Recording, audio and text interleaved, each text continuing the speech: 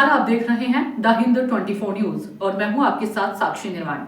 आइए नजर डालते हैं आज की बड़ी खबरों की ओर। आंध्र प्रदेश के मरकापुर में गुरुवार सुबह एक प्राइवेट ट्रैवल बस के एक टिपर से टकराने से कम 10 लोगों की जलकर मौत हो गई।